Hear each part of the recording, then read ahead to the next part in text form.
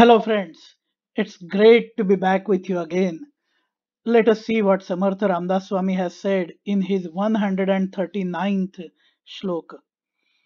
पुढे पाहता सर्व ही कोंदले से अभाग्यास हे दृश्य पाषाण भासे अभावे कदा पुण्यगाठी पडेना जुने ठेवणे मीपणे आकळेना. Unfortunate are those who see in front of them all pervading supreme reality, but all they see is just the stones or the matter.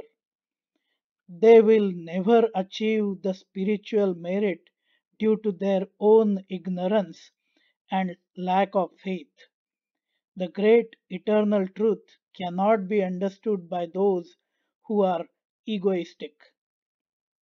Samartha Ramdas Swami continues to explain how our ego keeps us away from understanding the eternal truth. We know that God is everywhere and always present. He will be right in front of us, but will remain invisible for those who do not have faith. A man once went to the vision specialist to get his eyes checked. As is the normal situation, the doctor asked him to sit on the chair and put the thick frame over his eyes, put a lens in it, and then asked him to close one eye and read the letters from the chart on the wall to the best of his ability. The man shook his head, indicating that he cannot read. Then the doctor went on increasing the power of the lens. The man kept on shaking his head. The doctor reached the highest number of lens he had in his set. The man still shook his head. The doctor was really surprised and finally gave up, took out the frames from the man's eyes, and asked him, how is it possible that you cannot read even the biggest letter with the highest power of lens I have? I have never seen something like this. The man replied, Doctor, you kept on showing the same chart all the time, which has something written on it in the language I cannot understand. Then how can I read that? Just like the man in this story, those who do not believe in God and do not have faith in God will not be able to recognize Him even when He is right in front of their eyes all the time. All they will see is the materialistic world, the beautiful nature, and the blue sky. Even when they go to the temple, all they will see is a stone or a statue.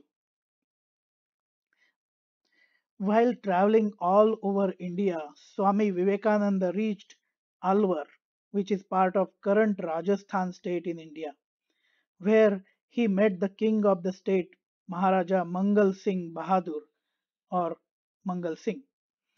This was the time when British East India Company ruled India. Mangal Singh Bahadur, the king of Alwar, was the one who had adopted their culture and had no respect for Indian and specially Hindu culture and traditions. He used to spend all his time in hunting and other luxuries instead of taking care of his own kingdom and people in it.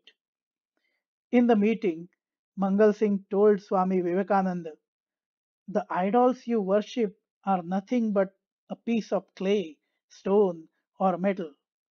I don't believe in that kind of worship. I find this idol worship meaningless. Swami Vivekananda was surprised with this approach, but was very calm. He looked around and saw a portrait hanging on the wall nearby. It was the painting of Mangal Singh's deceased father. Vivekananda approached towards the painting, looked at it, and asked the Diwan, the chief treasurer of the king, who was standing nearby, to spit on it. All were taken aback. The Diwan was horrified, and not knowing how to answer that or how to react, all he could do was to look towards the king. The king was furious. How dare you ask him to spit on my father? Vivekananda smiled and quietly replied, your father? Where is he? It is just a painting of your father, not actually your father. It is just a piece of paper. Your father is no more in this world. Vivekananda then explained, look, Maharaja, this is a painting of your father, but when you look at it, it reminds you about him. Here, the painting is a symbol. Similarly, when a Hindu worshipper worships an idol, the idol reminds him about his beloved deity, and he feels the presence of the deity in the idol. Here too, it is a symbol. Maharaja, it is all about anubhuti, the feelings and realization. It is about faith and beliefs. King Mangal Singh realized his mistake and immediately honored Swami Vivekananda for opening his eyes. In the temples, when first time the prayers are done, those are for inviting the God and requesting him to have his divine presence always in the idol. Then onwards, the idol does not remain a stone or a clay or a metal, but the devotees always see God in front of them and feel the presence of God there. If someone does not have faith and cannot get rid of their ego, they will never realize the presence of God and will never accumulate the spiritual merit.